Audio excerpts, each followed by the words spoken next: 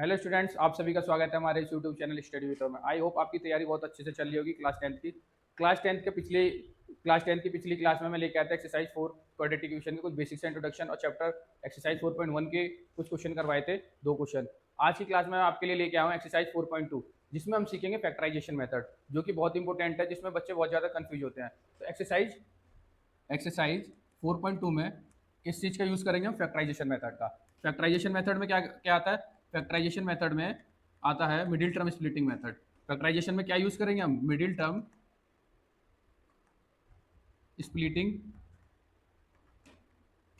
Method, factorization method by the middle splitting term.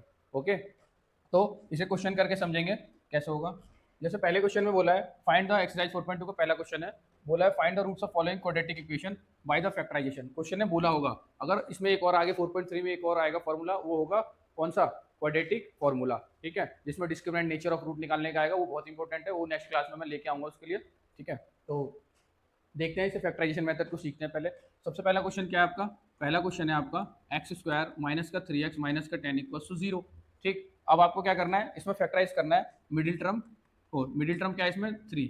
तो आपको दो नंबर ढूंढने हैं जो मल्टीप्लाई करने पे कितना आना चाहिए? 10 ए और सी का। ये क्या देखना है? दो बी जो है 3x है, देखना है कि आपको प्लस माइनस करने पे 3 कैसे आएगा। कोई दो नंबर फाइंड करने हैं, तो क्या करोगे? मेरे को या तो आपको जब करते रहोगे तो आपको प्रैक्टिस हो जाएगी। अगर आपको नहीं प्रैक्टिस है, नहीं समझ में आ रहा, तो आप ये लास्ट वाला नंबर या जो भी ए और सी की मल्टीप्लाई करने पे जो नंबर आता है उसका आप फैक्टर करके देख सकते हो कि कौन सा नंबर होगा। जैसे इसमें 3 है और 10 है, तो एक्स स्क्वायर माइनस का 5x प्लस का 2x माइनस का 10 इक्वल्स टू 0 ले सकते हैं। अब आप देखो, कहोगे सर ये कैसे ले लिया?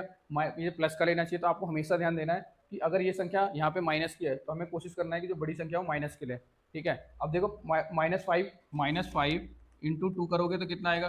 10 आएगा माइनस का, ठीक है। -5 प्लस 2 करोगे तो कितना आएगा? माइनस का 3। देखो माइनस का 10 भी है, यहाँ पे आप देख रहे होगे अच्छे से, आपको दिख रहा होगा माइनस का 10 भी है, माइनस का 3 भी है, ठीक है। तो दोनों क्राइटेरिया को सेटिस्फाइड करा यहाँ पे।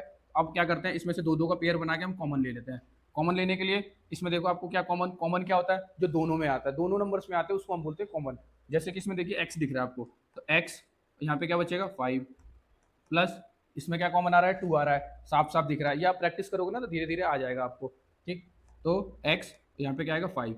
अब आपको चेक करना है जो दोनों ब्रैकेट वाले हैं वो दोनों ब्रैकेट वाले इक्वल आ रहे हैं, सही आ रहे हैं। अगर ये दोनों सही है तो आपका क्वेश्चन एकदम सही है, आप बिल्कुल सॉल्यूशन सही कर रहे हैं, आगे कर सकते हैं। जो ब्रैकेट के बाहर आते हैं उन्हें हम फिर आगे एक ब्रैकेट में लिख देते हैं, जो ब्रैकेट के अंदर होता है उन्हें हम एक ब्रैकेट में लिख देते हैं, ठीक है। ये तो हो गया इसका फैक्टर। अब क्वेश्चन बोलेगा कि फाइंड द रूट्स निकालने हैं। तो आपको क्या करना है? आपको कुछ सिंपल सा क्या करना है? x plus 2 equals to 0। X equals to क्या हो जाएगा? -2। तो पहला रूट ये निकल गया। फिर एक बार x माइनस 5 इक्वल्स टू 0, तो x इक्वल्स टू 5 प्लस का 5 साइन लगाने की जरूरत नहीं है, मैंने आपको समझाने के लिए लगा दिया है, ठीक है। तो ये आपके क्या हो गए? -2 और +5 क्या आ गया? रूट आ गया। दो रूट निकल के आ गए, और इसके दो ही रूट निकल के आएंगे। क्यों? क्योंकि इसकी पावर कितनी है? 2 है। अब दूसरा क्वेश्चन देखते हैं। ये क्वेश्चन आई होप समझ में आ गया होगा। दूसरा क्वेश्चन देखते हैं। तो दूसरा क्वेश्चन से इरेज कर देता हूं मैं।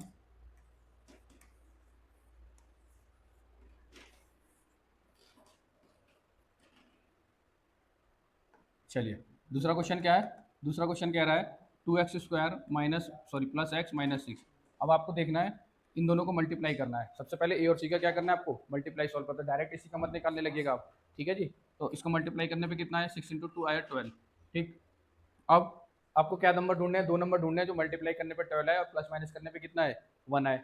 अब बच्चे कंफ्यूज होंगे, सर कैसे? तो फैक्टर कर लो, सिंपल है। 2 3 जा 6, 3 1 जा 3, तो क्या आ गया? 2 2 जा 4 और 3, दो नंबर मिल गए 4 और 3।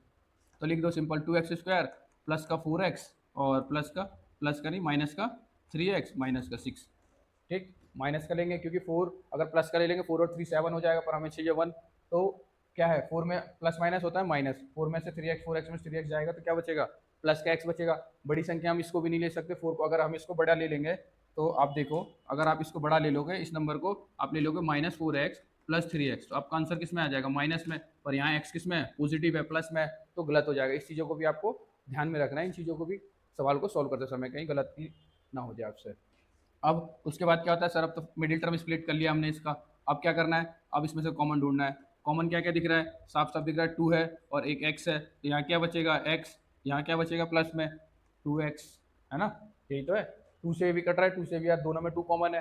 अब इसे क्लोज कर दो, इसमें क्या कॉमन आ रहा है बताओ, इसमें कॉमन दिख रहा है आपको कुछ, इसमें कॉमन है 3, सॉरी यहाँ पे x नहीं आएगा, यहाँ पे सिर्फ 2 रहेगा, ठीक। यहाँ पे क्या आएगा कॉमन, सिर्फ 2 आएगा, क्योंकि 2x है, 2 बार कटेगा। यहाँ पे कॉमन क्या आएगा -3, -3 कॉमन ले लिया, तो यहाँ क्या बचेगा x, और माइनस माइनस क्या होगा +2, ठीक है जी।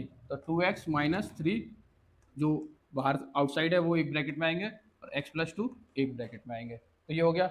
अब ये क्या होगा, इसका फैक्टर हो गया, मिडिल टर्म स्प्लिटिंग टर्म से हमने क्या कर दिया, इसका फैक्टर कर दिया।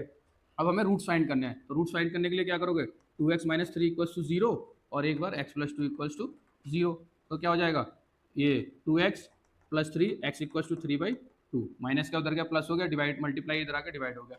अब ये क्या हो जाएगा, प्लस का इधर आके क्या हो जाए, प्लस का इक्वल टू में जाके क्या हो जाएगा माइनस, तो एक रूट ये मिल गया और एक रूट ये मिल गया। इसी तरह से एक्सरसाइज 4.1 का पहला क्वेश्चन आप सभी को सॉल्व करना है। सॉल्व करने के बाद आप और कुछ एक्स्ट्रा क्वेश्चन कर सकते हैं, एनसीईआरटी एग्जाम्पलर से कर सकते हैं, या पीवाईक्यू से, सैम्पल पेपर से, कहीं से भी सॉल्व कर सकते हैं। ज़्यादातर बोर्ड्स में रूट्स वाले क्वेश्चन पूछे जाते हैं, रूट्स वाले क्वेश्चन की मैं सीरीज एक लेके आऊँगा आप सभी बच्चों के लिए। जब तक के लिए इतना ही, मिलते हैं आपसे नेक्स्ट वीडियो में, धन्यवाद।